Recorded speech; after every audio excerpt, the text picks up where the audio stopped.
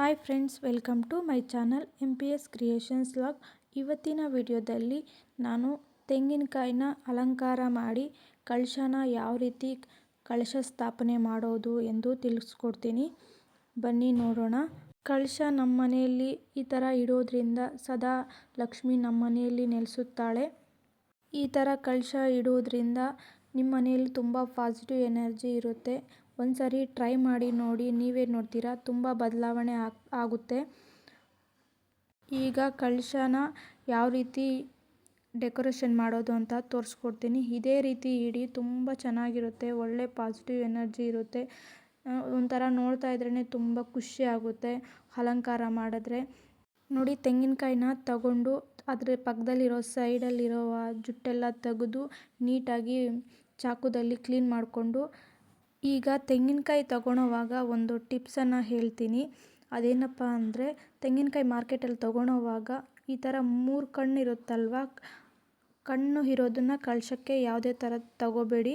ಕಣ್ಣು ಇರಬಾರ್ದು, full close ಇರಬೇಕು. ಆ ಥರದನ್ನ ಸೆಲೆಕ್ಟ್ ಮಾಡ್ಕೊಳ್ಳಿ ಕಳಶಕ್ಕೆ.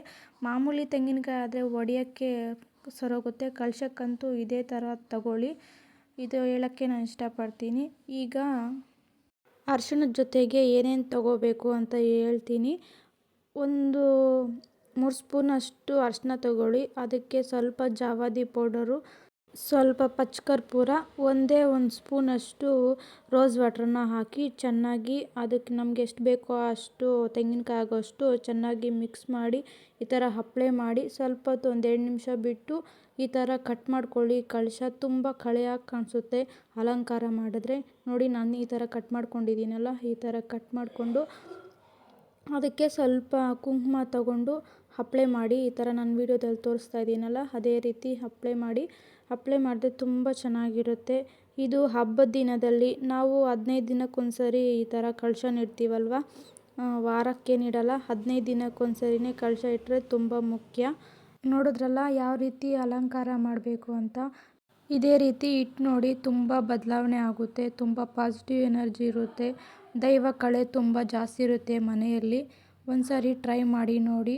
ಈ ವಿಡಿಯೋ ಇಷ್ಟ ಆದರೆ ಪ್ಲೀಸ್ ಒಂದು ಲೈಕ್ ಮಾಡಿ, ಶೇರ್ ಮಾಡಿ, ಸಬ್ಸ್ಕ್ರೈಬ್ ಮಾಡಿ. Thank you.